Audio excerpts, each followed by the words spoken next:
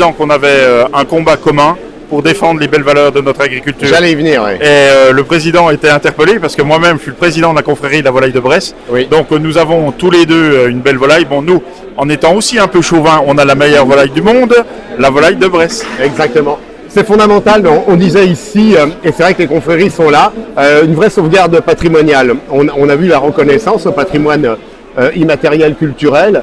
On voit que les confréries ont réellement un rôle à jouer aujourd'hui, bien plus qu'hier. Oui, les confréries, donc aujourd'hui il y en a 31 de confréries, donc c'est magnifique. Moi c'est la première fois, ça fait une dizaine d'années qu'on fait Rungis, c'est la première fois que je vois 31 confréries. Et ce matin ici. Et ce matin, et quel plaisir d'avoir nos confrères. Et les confréries, c'est l'histoire. Nous, la nôtre, elle a été créée en 1962, mais quand tu regardes un peu les autres confréries, il y a des confréries qui sont beaucoup plus vieilles que ça. Oui. Je pense à nos amis du Tastevin, je pense à des belles confréries. Donc oui, maintenons l'histoire, maintenons nos traditions, c'est très important. On est quand même à cheval aussi sur cette histoire, sur ce présent et sur ce devenir. C'est les transmissions aussi auprès de nos jeunes. Exactement. Sur le goût. On voit que la standardisation du goût, elle sévit dans nos foyers, dans nos frigidaires. Il est grand temps de remettre finalement, au-delà de l'information et de la pédagogie, je dirais de l'éducation.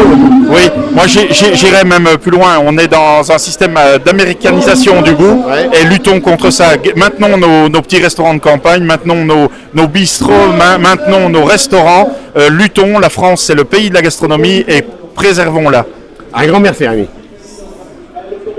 Disant qu'on avait un combat commun pour défendre les belles valeurs de notre agriculture. J'allais y venir, oui. Et le président était interpellé parce que moi-même je suis le président de la confrérie de la volaille de Bresse. Oui. Donc nous avons tous les deux une belle volaille. Bon, nous, en étant aussi un peu chauvin, on a la meilleure volaille du monde, la volaille de Bresse. Exactement.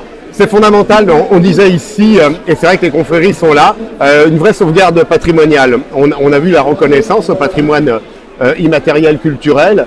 On voit que les confréries ont réellement un rôle à jouer aujourd'hui, bien plus qu'hier. Oui, les confréries, donc aujourd'hui il y en a 31 de confréries, donc c'est magnifique. Moi c'est la première fois, ça fait une dizaine d'années qu'on fait Rungis, c'est la première fois que je vois 31 confréries. Et ce matin ici. Et ce matin, et quel plaisir d'avoir nos confrères.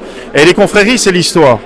Nous, la nôtre, elle a été créée en 1962, mais quand tu regardes un peu les autres confréries, il y a des confréries qui sont beaucoup plus vieilles que ça. Oui. Je pense à nos amis du Tastevin, je pense à des belles confréries. Donc oui, maintenons l'histoire, maintenons nos traditions, c'est très important. On est quand même à cheval aussi sur cette histoire, sur ce présent et sur ce devenir. C'est les transmissions aussi auprès de nos jeunes. Exactement. Sur le goût. On voit que la standardisation du goût, elle sévit dans nos foyers, dans nos frigidaires.